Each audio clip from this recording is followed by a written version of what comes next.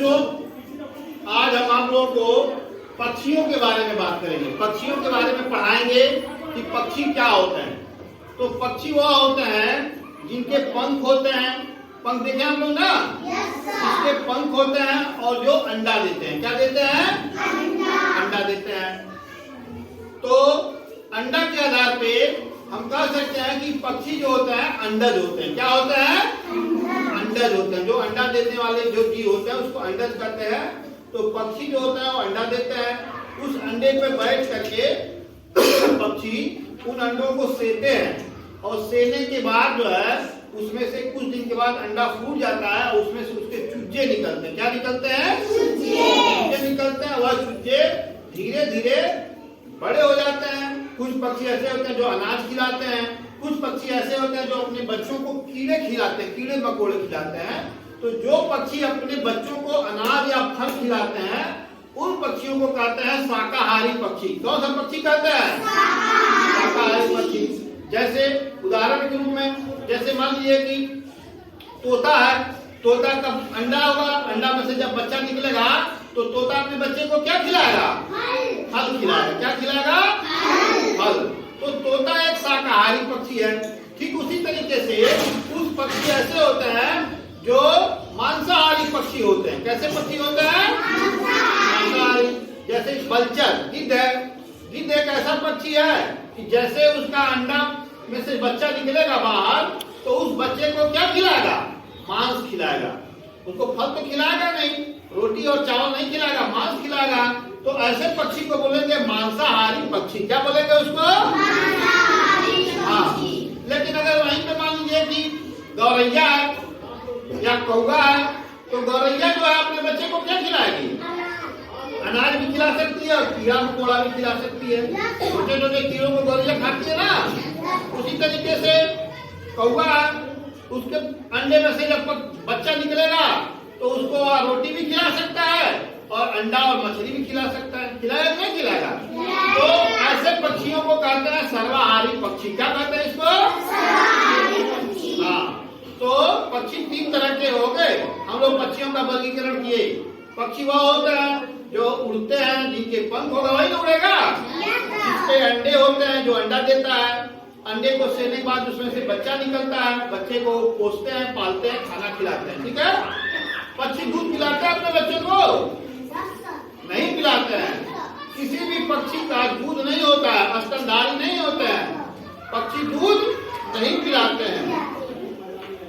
समझ में?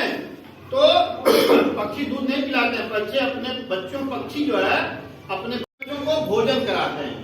तो चलिए अब हम बात करते हैं कुछ पक्षियों के नाम। एक है पिकॉक। पिकॉक मीन्स होता है मोर। कुकू मीन्स होता है कोयल। स्पैरो मीन्स होता है गौरैया। कॉक मीन्स होता है मुर्गा। स्वान मीन्स होता है हंस। ईगल मीन्स होता है चिल। हेन में होता है मुर्गी। क्रेन मीन्स होता है सारस। क्रो मीन्स होता है कौवा। क्या होता है? कौवा। आउल मीन्स क्या होता है? उल्लू। पिजन मीन्स होता है कबूतर। पीहन मीन्स होता है मोरनी। पैरट मीन्स होता है तोता। वल्चर मीन्स होता है गिद्ध। काइट में होता है चील। ऑस्ट्रिच मीन्स होता है शुतुरमुर्ग। बाइट मीन्स होता है चमगादड़। वुडपीकर मीन्स होता है कठफोड़वा। स्टार्क मीन्स होता है बगुला और नाइटिंगेल मीन्स होता है बुलबुल। आगे सुन में अब जानिए कुछ पक्षियों की खासियत बता देता हूँ। जैसे पीकॉक होता है, इसको बोलते हैं मोर। क्या बोलते हैं इसको? मोर। मोर भारत का राष्ट्रीय पक्षी है। नेशनल बर्ड ऑफ इंडिया जो होता है उसको बोलते हैं मोर। क्या बोलते हैं उसको? मोर। उसका होता है कुक्कू। कुक्कू मीन्स होता है कोयल। कोयल जो होती है इस पक्षी को आतंकवादी पक्षी कहा जाता है, टेररिस्ट बर्ड कहा जाता है। क्यों कहा जाता है? जो कभी भी अपना घोंसला नहीं बनाती है।